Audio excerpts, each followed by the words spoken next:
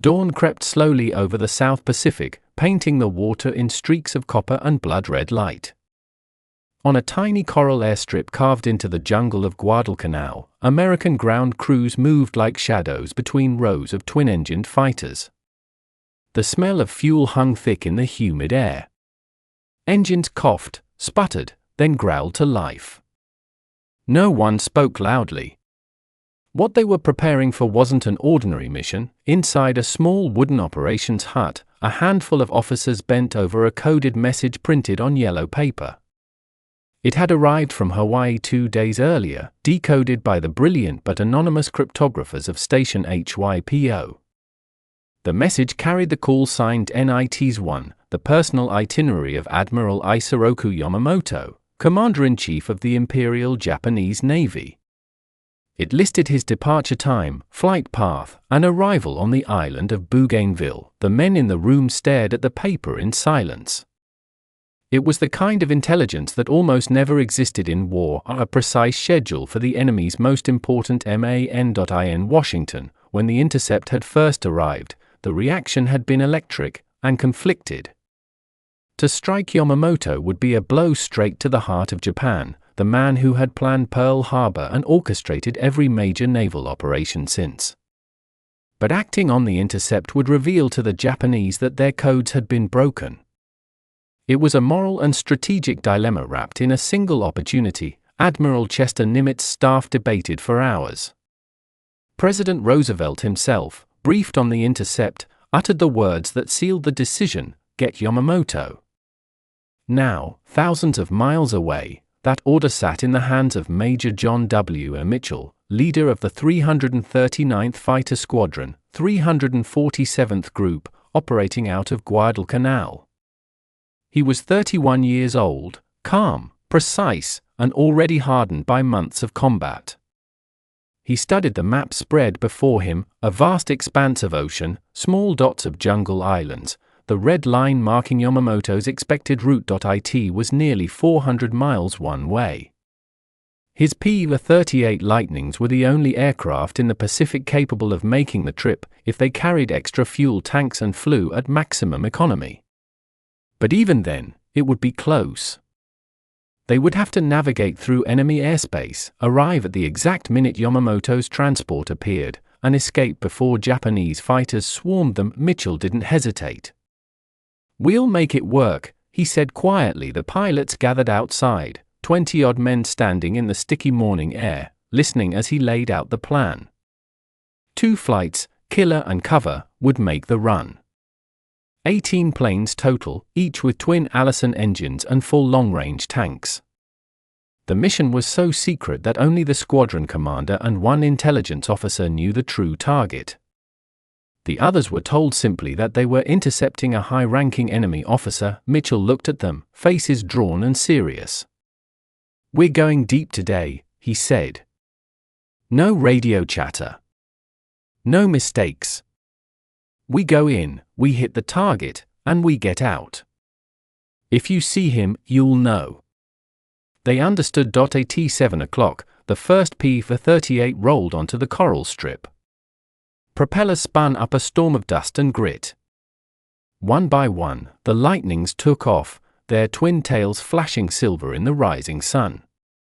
The formation climbed slowly, settling at low altitude to conserve fuel, then turned northwest toward Bougainville. Inside his cockpit, Captain Thomas Lanphier adjusted his oxygen mask and glanced at his wingman, Rex Barber. They'd been chosen as part of the attack element, the men who would take the shot if Yamamoto appeared. Lanphier was confident, almost cocky. Barber was quieter, methodical. Together they formed a balance between daring and discipline. The flight stretched into an hour, then 2. Below them, the ocean glittered endlessly, punctuated by green islands and the occasional reef.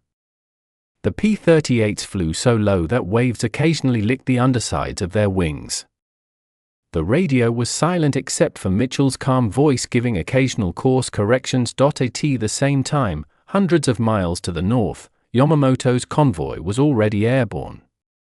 His personal aircraft, a white-painted Mitsubishi G4M Betty bomber, carried him and several senior officers. A second Betty followed close behind, carrying staff and security. 60 fighters formed their escort, sleek and deadly. Inside the admiral's plane, Yamamoto sat in his crisp uniform, hands folded neatly on his lap.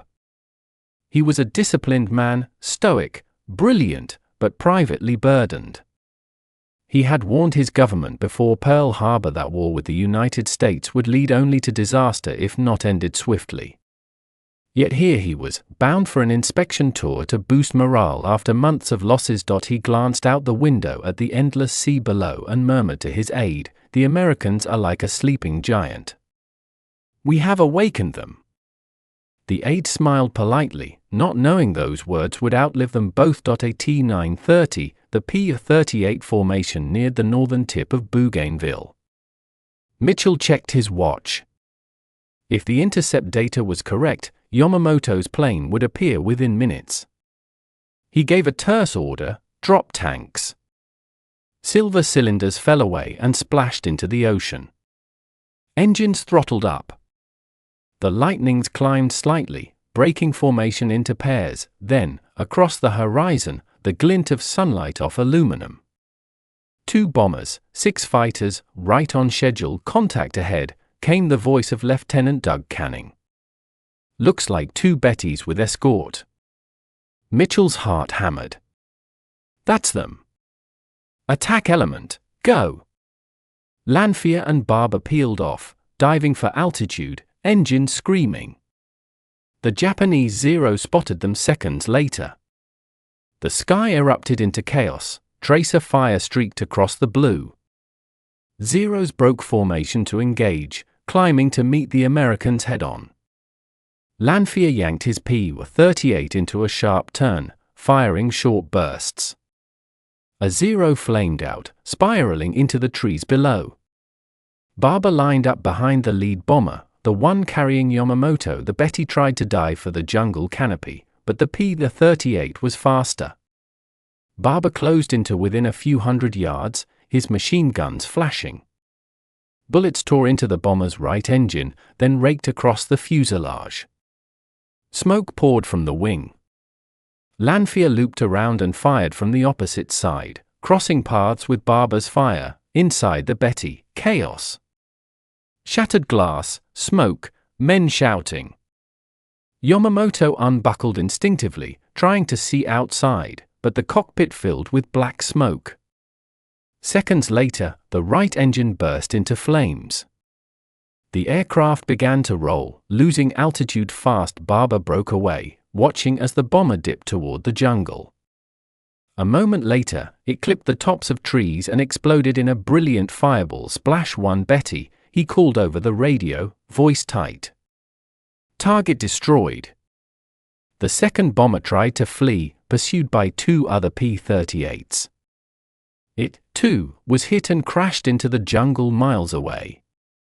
The entire engagement had lasted barely 3 minutes. Mitchell ordered the formation to regroup. Fuel was running dangerously low. They turned south, climbing back toward open sea. Behind them, the smoke of Yamamoto's downed plane rose above the jungle canopy like a dark signal. The American formation slipped back into the vast emptiness of the Pacific, engines humming in grim harmony.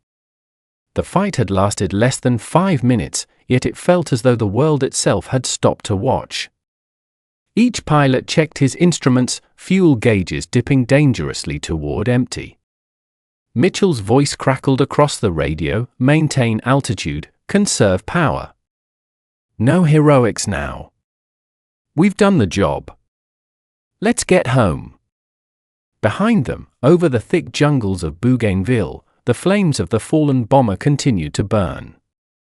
The wreckage of Admiral Yamamoto's G4M lay scattered across a hillside, twisted metal and shattered bamboo tangled together in a final resting place.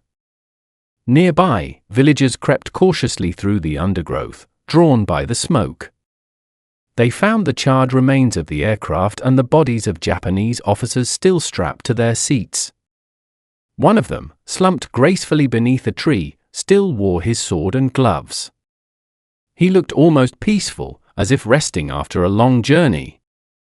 It was Yamamoto himself. For Japan, it was an unthinkable loss. The architect of the empire's naval strategy, the man whose vision had carried them through Pearl Harbor and the early triumphs across the Pacific, was gone. Yet at that moment, the Japanese military did not yet know. As the P-38s droned southward, the adrenaline began to ebb. Lanfear glanced to his right, no sign of Barber.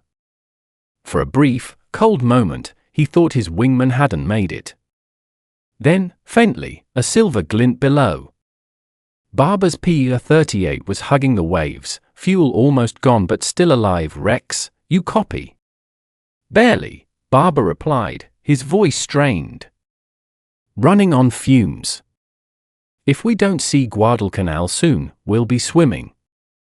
Hang in there, partner. We'll make it." The flight continued in silence for hours. One by one, they sighted the distant outline of Guadalcanal on the horizon. The relief was indescribable. The lightnings came in low and fast, engine sputtering, fuel tanks nearly dry. Ground crews watched in disbelief as the planes touched down, one after another, exhausted but intact. When Mitchell climbed out of his cockpit, he looked like a man who had aged 10 years in half a day. He pulled off his helmet, wiped the sweat from his face, and asked quietly, "Did we get him?" Lanfear nodded once. "He's gone." A ripple of stunned silence passed through the men gathered on the airfield. No one cheered. There was no celebration, no shouting, no relief, only the weight of what they had done. They had just assassinated the most powerful naval commander in the Japanese Empire that evening. The message went up the chain of command, encrypted and terse, package delivered. Target confirmed destroyed. The news reached Admiral Nimitz first. He read the report slowly, his face impassive, then folded it and handed it to his aide. "Tell Washington," he said quietly. In the White House, Roosevelt received the confirmation with a single nod. He said nothing more than, "Justice." But for the men who had flown the mission, there was no sense of vengeance, only the surreal quiet that follows an impossible act. Back in Bougainville, the Japanese search parties found the wreckage the next morning. The dense jungle was still smoldering. The Betty had torn a gash through the trees before exploding on impact. Near the forward section of the fuselage, two bodies lay side by side.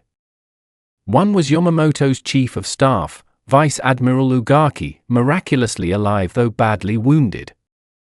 The other was Yamamoto himself, thrown clear of the wreck, his katana still sheathed at his side. They lifted his body carefully, almost reverently. His watch had stopped at 9:35 a.m. The Japanese High Command, when informed, refused at first to believe it.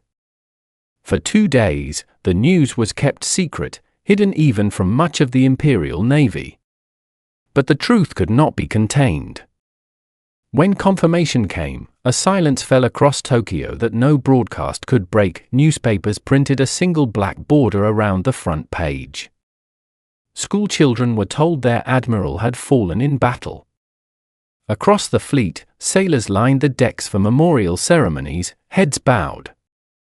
Even among the Americans who fought him, there was a strange respect, an understanding that whatever his role in Pearl Harbor, Yamamoto had been a soldier of remarkable intellect and discipline. In Tokyo, the imperial palace draped its flags in mourning. Emperor Hirohito himself ordered a state funeral.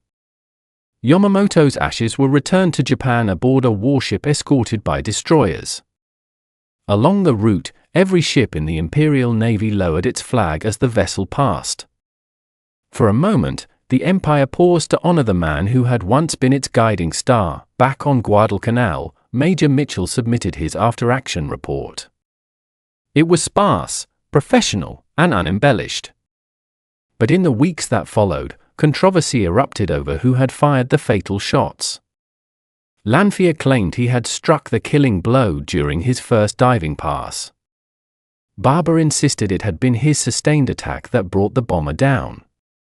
The truth, like much of war, was obscured in smoke and chaos. In the end, both men were credited with the kill. Yet neither found satisfaction in it. For years, the argument would linger, long after the war was over, each man holding his version of the story.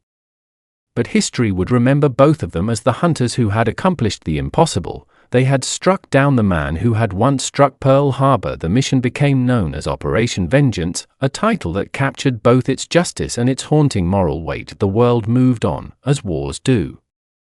The Pacific Campaign raged for 2 more brutal years, from Tarawa to Iwo Jima to Okinawa. But among veterans, the story of April 18, 1943, was told in hushed tones, a moment when cryptography, courage, and chance collided in the skies over the jungle. Years later, when historians revisited the event, they found something remarkable in Yamamoto's final words before takeoff. He had said to his aides, "If I am to die, it will be at the hands of an enemy who fought bravely." And so it was. In the end, Operation Vengeance was more than an airstrike, it was the turning point of a war of minds. It showed that battles could be won not just with bombs and bullets, but with information, patience, and resolve. The same code breakers who had made Midway possible now struck another decisive blow, hidden beneath the veil of secrecy and silence. For the men who returned from that flight, the memory never faded. Mitchell would go on to serve through the war, later teaching younger pilots about precision and discipline. Barber continued flying combat missions, always carrying the quiet pride of what he'd done. Lanphier, bold as ever, returned home to headlines and interviews, though the fame never brought him peace. And somewhere deep in the Pacific, in that silent stretch of Bougainville jungle, the wreckage of Yamamoto's Betty still rests, overgrown with vines, swallowed by time. The metal has turned to rust, the jungle has reclaimed the scar, but the story remains. 1,000 miles from where it began, in a hut on Guadalcanal, the echo of that morning briefing still seems to linger. We'll make it work. Because in the end, that's what war often becomes, not the clash of armies or the roar of fleets, but a handful of men taking flight on faith and courage, armed with little more than a few gallons of fuel, a coded message, and the hope they'll live to see another sunrise. The mission that day had no glory, no parade, no applause. Just the hum of engines fading into the distance, the jungle smoke curling toward the heavens, and a silence that seemed to stretch forever. Operation Vengeance was complete.